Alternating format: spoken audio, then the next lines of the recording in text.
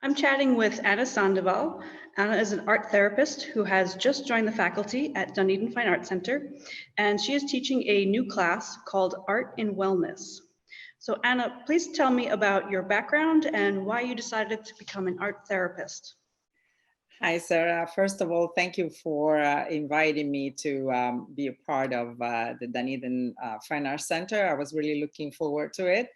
And what can I say about myself? I come from Italy. I was born in Rome, and my family was always very supportive of the arts.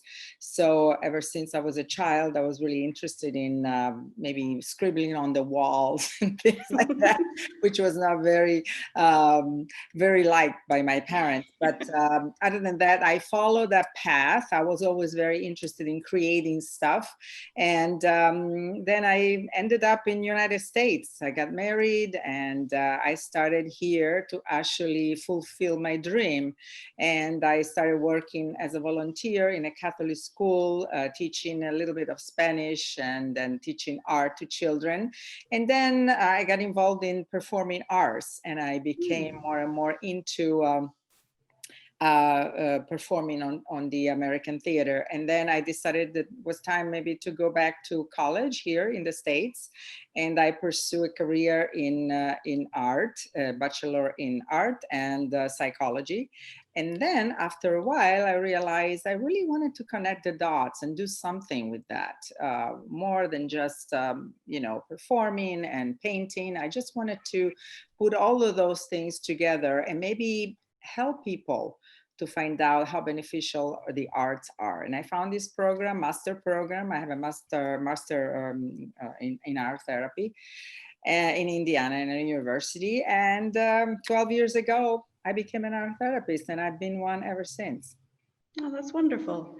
So, can you tell me what is art in wellness and how can it help people in their daily lives? Yes, art in wellness is a great opportunity for people to learn that the arts can be great vehicles in order to become aware of what's going on inside and how you can use this outlet in order to learn new coping skills that help you to grow and help you to sometimes even resolve things. So I'm focusing on teaching how important this outlet is by giving the opportunity to assist to a series of, actually these are more like psychoeducational workshops where the clients finds out that he or she do not need to be artistic at all, but they need to learn how to express this natural gift that we all have, and sometimes we overlook or we neglect completely.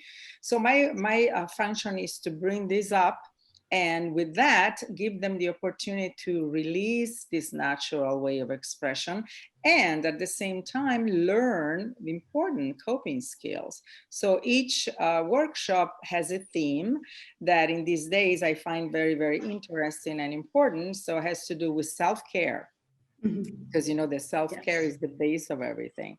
We take care of ourselves not just physically but also mentally, then this connection can help us in many ways for our own functioning. Mhm.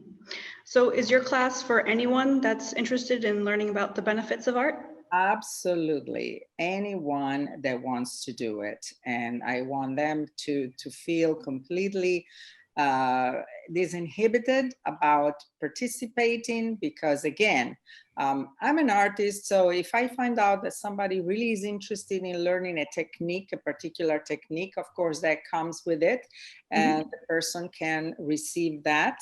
But the important thing is for them to just feel relaxed, get to know one another, because by the end of these 5 classes, everybody will have to kind of like feel more acquainted with one another. So there's a lot of also communication that goes on. It's an open-ended kind of concept, so that people come in relaxed and then learning few things that they can use in the future. Hmm. That sounds great. So what types of art do students create in your class? Well, I am multifaceted. I never know, but I usually have a plan and outline for each class, and they can do drawings by using different kind of media. Now, the times are a little bit difficult, so we cannot get into a lot of invasive things because of regulations, but they can certainly get to use different kind of media, color pencils or markers or oil pastels, watercolors. We can do a little bit of collage. I'm thinking for the next class to have them do a little mobile using things that you find outside in nature.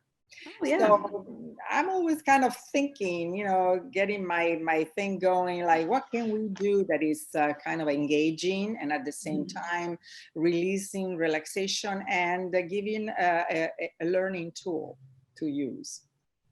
Yeah. So what's the atmosphere like in your class? Is it a very formal setting?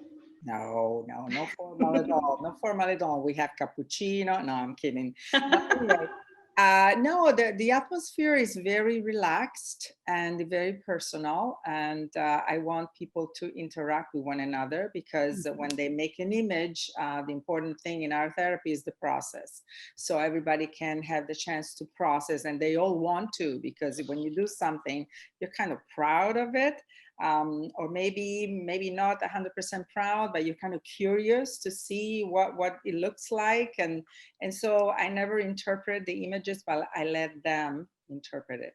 So we have a lot of fun. It's very, very relaxing. And I would encourage everybody to just take a peek and come. Yes. So if someone is interested, but they're a little hesitant to sign up for your class, what would you say to them? Oh, just come on over. Just don't think about it twice. Just try and see. Give our therapy a try. You may discover that creativity never felt so good. That's my motto. Yes. All right. Well, if folks are interested, we have a link below this video. You can see Anna's class description and you can sign up.